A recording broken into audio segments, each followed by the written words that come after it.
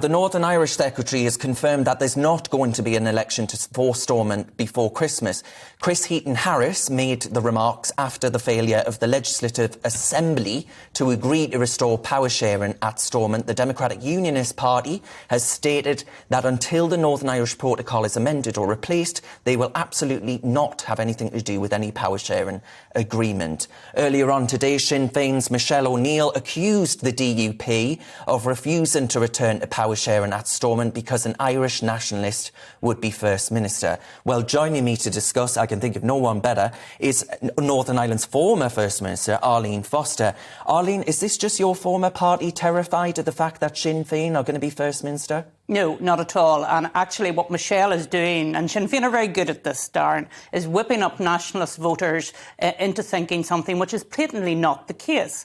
The Assembly, the Executive came apart in February of this year. So that's long before Michelle O'Neill won the election and became the largest party. So it's absolutely wrong to say that this is about who's First Minister. And in any event, as you well know, First Minister and Deputy First Minister in Northern Ireland actually hold exactly the same powers. And actually, the First Minister can't do anything without the consent of the Deputy First Minister and vice versa. So this is all a big ruse to try and whip up nationalism in Northern Ireland. Actually, of course, what should happen and what needs to happen is that the Northern Ireland Protocol has to be sorted out, because unless and until unionism and nationalism are content to share power together, and remember that's what the Belfast Agreement is all about, you have to have the consent of unionism and the consent of nationalism. And don't forget as well, Darren, and I think people do forget this, Sinn Féin kept the Assembly from working for 3 years between 2017 and 2020. That was over language legislation. Yeah. So, it's a bit rich for Michelle O'Neill to talk about democracy and to talk about the need to have government when she didn't allow us to have government for 3 years.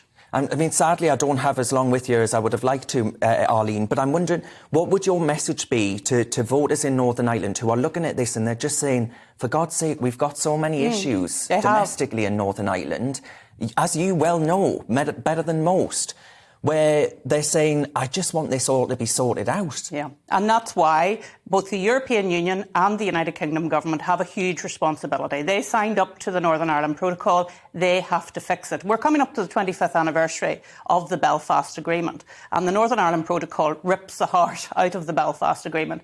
And do they really want to be responsible for the Belfast Agreement being marked on its 25th anniversary with no devolved administration?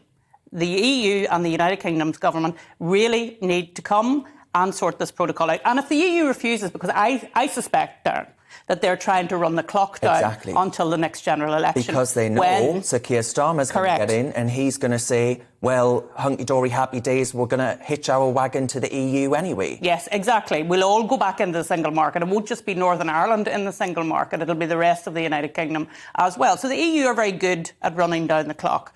So it then comes back to our own sovereign government. What is Rishi Sunak going to do? You've already said he's a huge amount of problems in migration and the economy in general, war in Ukraine.